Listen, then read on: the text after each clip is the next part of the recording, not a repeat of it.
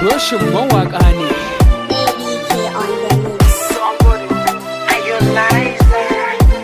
Masha Allah, alhamdulillah, Allah masha Allah. Da zuwan wannan rana wata mai alfarma. Alhamdulillah, Allah masha Allah. Da zuwan wannan rana wata mai alfarma. Wannan wata ne mai tarin albarka, tarin lada. Sannan wata ne domin neman gafara zunuban canda. A cikin sa ne ake samun lilatul qadir na shaida. To yan uwa mu koma ga Allah addu'a mu yo himma. Allah ya umurce mu da mu yi sahur cikin dare, sannan mu yi buɗe baki ranar yinin idan ta shuɗe.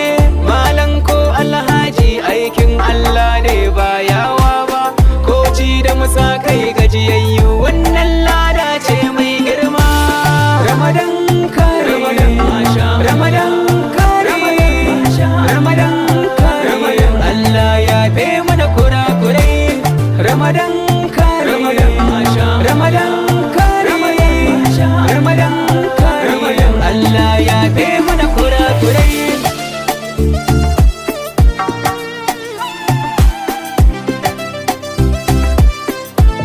Masha Allah, Allah zai yafe min, Allah zai yafe ma, Allah zai yafe miki. Allah zai yafe mana kurakuranmu na can baya, amma da sharaɗi cikin wannan in baka saba ba. Allah ba zai yafe mai shirka ba, Allah ba zai so ka ringa yin caca ba, Allah ba zai so ka ringa sata ba, Allah ba zai so ka zan musnaci ba. Mai wulakantar da iyaye Allah san bai tsare da shi. To mene amfani na in duniya ina numfashi, in ban kyautata wa addini tun duniya gobe me zanye. Ni buroshin mawaka, ni buroshin mawaka na yi kira.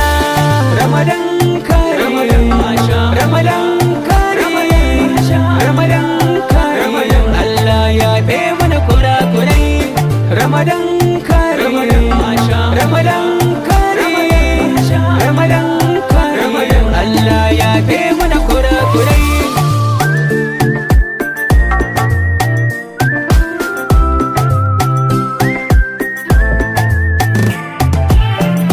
Alhamdulillah, Masha Allah, Allah ka yafi mana kurakuranmu, Allah ka ji kan magabatanmu, Allah ka ji kan iyayenmu, Allah ka kyautata mu idan ta zo. Ya Allah, Ramadan Karim. Buroshin mawaƙa ne.